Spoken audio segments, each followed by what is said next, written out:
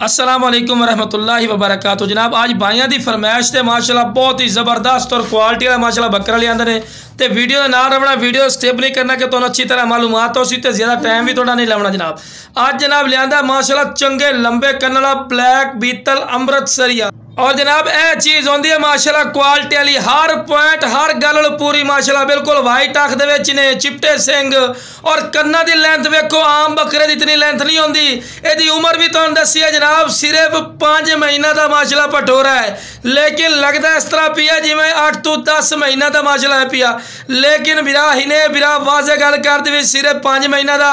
और कन्ना the length वेखो इतने बड़े बकरे की कन्ना दी लेंथ नहीं होती। लो जनाब टोर फेर के विखा रहे कि तुहानू पता लगे सेहतमंद और एक्टिव है।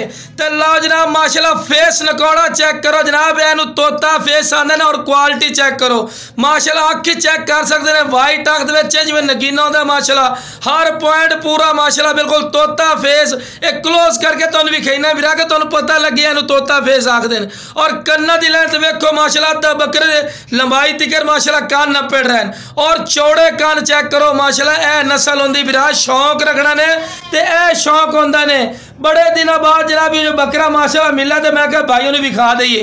और बिल्कुल ढिली चमड़ी च ने और माशाल्लाह बिल्कुल बरीक पशम और क्वालिटी वेखो बिरा एनू क्वालिटी आंदी 100% ए क्वालिटी होंदी है। दोगलियां शैयां लवण का बिरा फायदा नहीं होंदा। शौक रखना तो ऐश पालो, ये तो थोड़ी मेहनत कर सो बिरा थोड़े अपना ही फायदा है पिया।